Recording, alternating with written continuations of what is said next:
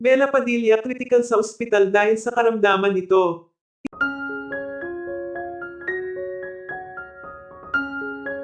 Isa si Bella Padilla sa kilalang artista sa industriya. Hindi may ikailaang angkin nitong ganda at husay pagdating sa host, acting na talaga namang tinangkilik ng mga nanonood at kanyang mga tagahanga. Matatanda ang matagal nang may iniindang karamdaman si Bella sa kanyang kalusugan mula nang madiskubre nito na mayroon siyang hypothyroidism kung saan nagbunga ito ng pagbagsak ng kanyang katawan.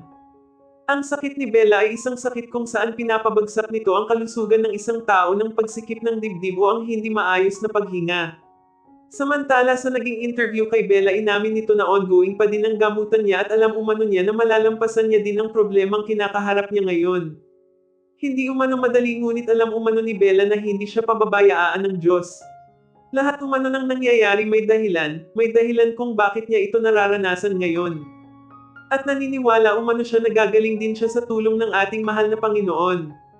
Samantala marami naman sa mga kaibigan ni Bella at mga kasamahan sa trabaho ang lubos ng pagbibigay ng dasal at lakas ng loob kay Bella upang malampasan niya itong sakit niya. May awa umano ang Diyos, mabuti umano ang puso ni Bella kaya alam umano nila na hindi siya pababayaan ng ating Panginoon. Samantala maging ang mga kasamahan ni Bella sa noon time show na It's Showtime ay lubos din ang naging suporta kay Bella at sa kabila umano ng pagpapahinga ni Bella ay bukas pa din umano ang pinto ng It's Showtime para sa kanya hanggang sa tuluyan na itong gumaling.